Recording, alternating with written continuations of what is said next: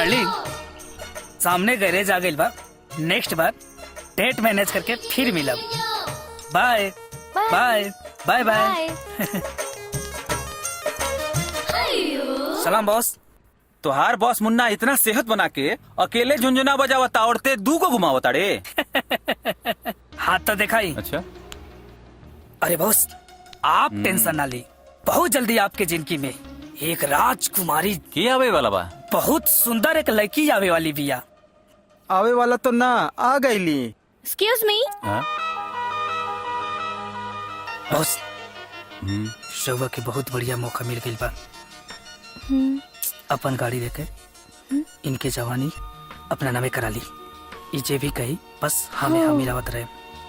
बुझ गई नहीं चाहिए।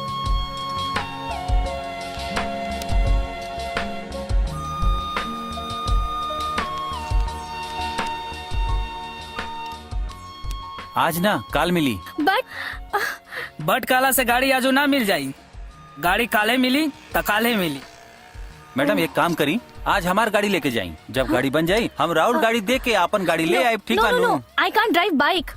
It's not possible. उस्ताद एक घंटा में गाड़ी चलावे के सिखा देवेलन। विश्वास करी और जाई। रहुआ आई जी।